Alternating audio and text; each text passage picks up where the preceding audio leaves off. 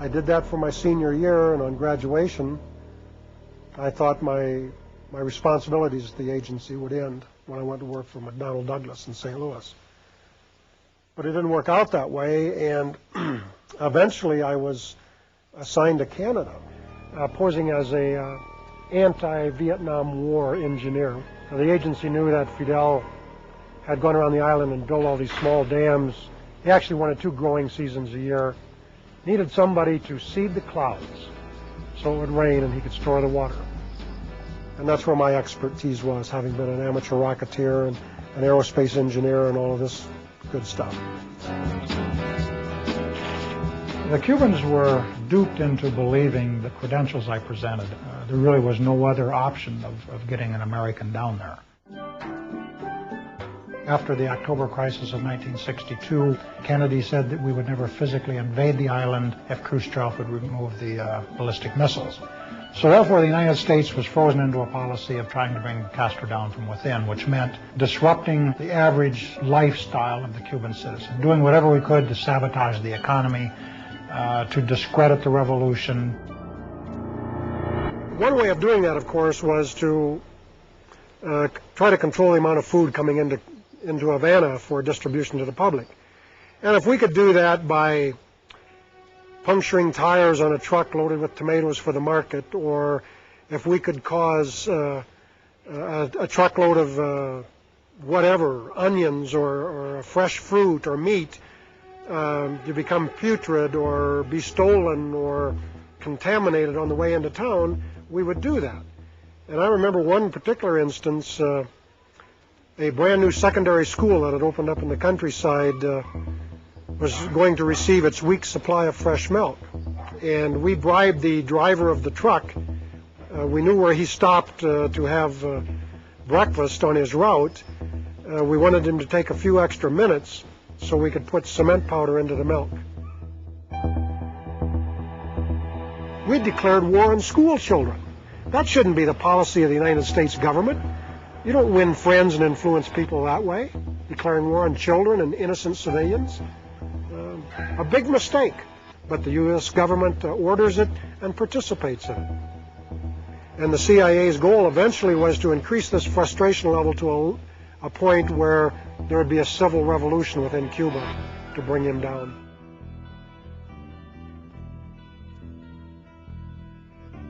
I think from almost the outset I had reservations about what I was doing in Cuba. And that's because, just in general, I didn't enjoy harming people. And I didn't know the Cubans at the time, so I would rationalize myself that, well, this was in the best interests of my country. But as I got to know the Cuban people personally, and ended up getting married to a Cuban, I started to change my attitude toward them very quickly. I think the most frightening thing that ever happened to me in Havana was when the Cuban counterintelligence people actually decided they had enough, and they came to my house and detained me. And eventually I was arrested and accused of espionage, even given a fake firing squad. And in spite of all the training I'd had and all the instruction I'd had that you don't get shot, you may be tried, there'll be a lot of publicity, you may even be imprisoned for a while, but eventually you'll be released and exchanged. You forget that when you're actually facing those rifle barrels and you're in a foreign country with no diplomatic mission and nobody there to speak for you. Your knees tremble and you lose bladder control. Very scary. Now, hindsight is something I think we all enjoy, and I just wish we could switch it around and use it as foresight. But in hindsight, yeah, if I could go back and change things, I'd have to go back 30 years to 1965 in my senior year and refuse the offer that was made to me by the CIA and take my chances with the draft and have pursued my engineering career. It certainly would have been a better life than what I had. I wouldn't have the memories that I have of the things that I've done to people and countries, and all of it in the name of the United States and under its flag. For many years, I didn't even tell my friends I worked for CIA because I was embarrassed. It's colored my life. It always will. It's like a shadow that falls over my life all the time. I still, if I say anything against them, I turn around wondering if I'm being followed.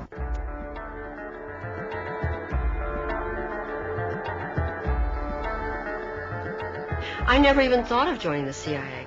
First of all, I thought I probably couldn't get in because it was considered the Cadillac of government agencies, and they mostly hired from Ivy League colleges, and I was just out of high school, went right to work for Veterans Administration. And actually it was the typewriter repairman came in to repair my typewriter one day, and he said, you know, you shouldn't be working here, you should be working at a nicer place. They test you a lot. Huge testing. I mean, when you're put into this personnel pool, there are probably 2 or 3 weeks of tests where it's all day long, every single day. And there are IQ tests, there are personality tests. The questions that bothered me the most was when I took the polygraph test. And in the polygraph test, they ask you such incredibly personal questions. For instance, they asked me if I was a virgin. And I was 18. And I thought, what business is it of theirs whether I am or not? And I was rather embarrassed to tell them that I was, because I don't think any of my girlfriends were. I was raised very strict.